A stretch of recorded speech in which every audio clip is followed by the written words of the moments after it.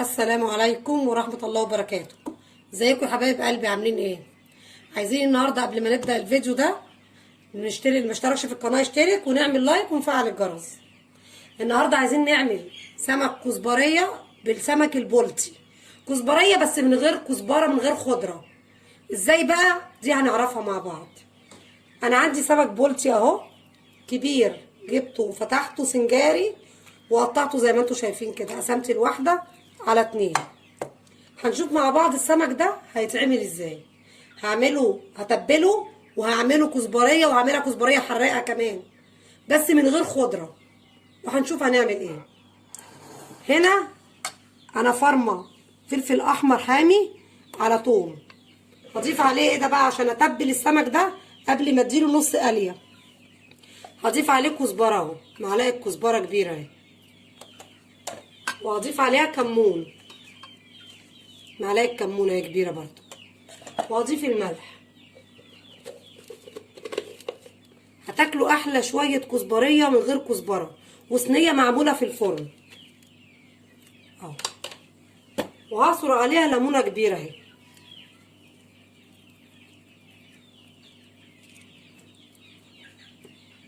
اهو كده. اديني عصرت الليمون، حطيت الكمون والكزبره، فلفل حامي، وادي الثوم. هتبل بقى السمك دوت، تبله معايا اهوت، وهنشوف بعد كده هنعمل ايه خطوه خطوه كده مع بعض. ادي السمكه اهي مفتوحه قدامي اهو. تبلي السمكه، اسقيها بالملح، اسقيها بالتتبيله دي. كل ما تقعديها في التتبيله دي حبه كده صغيرين، يعني مش كتير، حوالي كده حتى 10 دقايق او ربع ساعه قبل ما تقلي، وتشرب كده من التتبيله، هتبقى جميله اهو. بصوا السمكه متبله ازاي. هتبل بقيه السمك ده كله وهنشوفه مع بعض. فاضيه. بصوا يا حبايبي، ادي السمك اهو، اديني تبلته كله كويس قوي اهوت، تتبيله من بره ومن جوه عشان تشرب منه. وهنا بقى هبتدي ان انا اقليه، هحط بس يتقلي وبعدين نشوف هنعمل ازاي الصلصه بتاعته.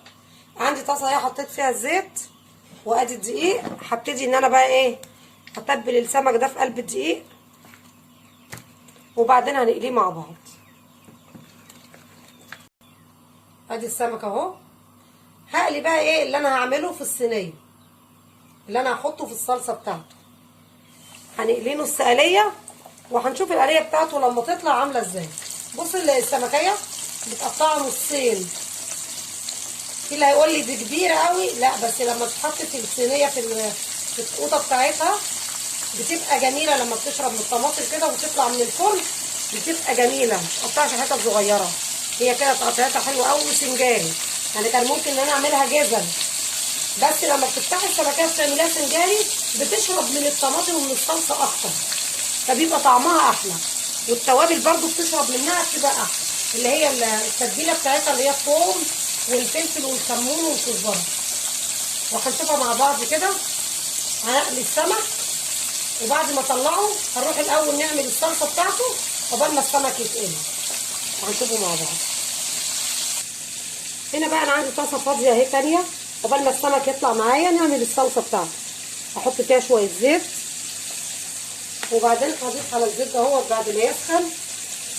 انا عندي هنا حته تتبيله مش حاطه عليها ولا كمون ولا كزبره، حتى هي الفلفل الحراق وثوم، دول مدفونين مع بعض.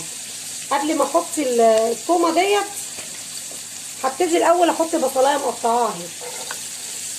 احط البصلايه المتقطعه دي تاخد بس تقليبه واحده، وبعدين هنزل عليها بالثوم التتبيله اللي فاضله معايا دي. بصوا حبايبي، خدت تقليبتين للبصل بس يا دوبك دبل بس، حاجه بسيطه. وهنزل بقى بفص ايه الثوم بالفلفل اللي انا طحناه، هحطه ده معاه برضو يطلع بس معايا ريحه الثوم كده بالفلفل بالبصل، وبعدين نشوف هنضيف عليه ايه تاني. بصوا يا حبايبي، ادي خدت تقليبه اهي البصل بالثوم.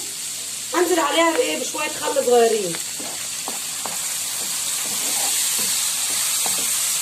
معلقه خل بس صغيره، وبعد كده هنزل عليها بالطماطم اهي.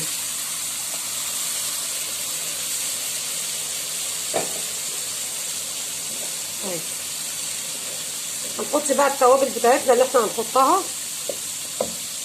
انا هنا فاضل عندي معلقه صغيره بقى من اللي انا تبلت منه السمك اهو، فيها كمون والكزبره وكل حاجه، هحطها برده.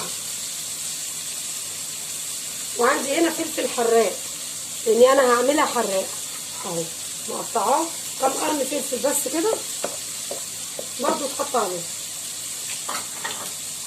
هحط لها بقى شويه الملح وشويه كمون برده وشويه كزبره. ادي برده شويه الكزبره، مش كتير بقى الكزبره، وادي حبه الكمون. وطبعا الفلفل كفايه قوي، ان انا مش محتاجه ان انا احط شطه، لان الفلفل اللي انا حطاها ان هي تطلع حراقه لوحدها، وانا متعمده ان انا اعملها حراقه. على فكره جربي الطريقه دي وهتعرفي قد ايه جميله. هخلي بقى القوطه دي معايا تاخد غلوتين كده، اكون قليت بقيه السمك، وبعدين هنشوف هنعمل ايه مع بعض. بصوا يا حبايبي، ادي السمك اتقل اهو، بص طالع شكله عامل ازاي. وهنا انا عملت التسبيكه بتاعت الصلصه بتاع اللي انا هحطها مع السمك في الصينيه. عندي هنا بقى صينيه فاضيه اهي، هحط فيها نص التتبيله دي في القعر بتاع الصينيه اهي، في القاعده بتاعتها افردها كده عشان احط عليها السمك.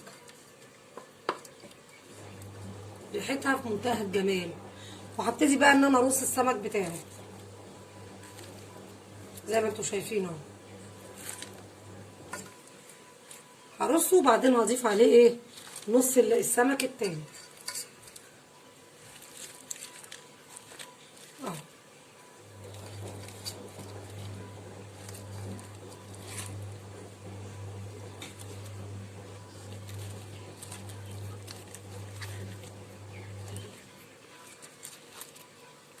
بس كده كفايه كده، لان انا هخلي حتتين مقليين جنب الاكل كده اهو، وهضيف عليه بقيه الصلصه.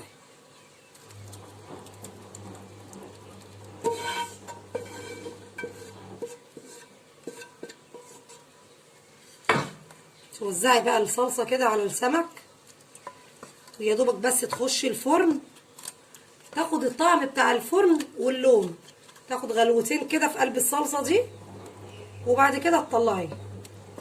وعامله جنب منه بقى شويه رز ابيض، مش عامله رز ببصل، لا شويه رز ابيض اهو.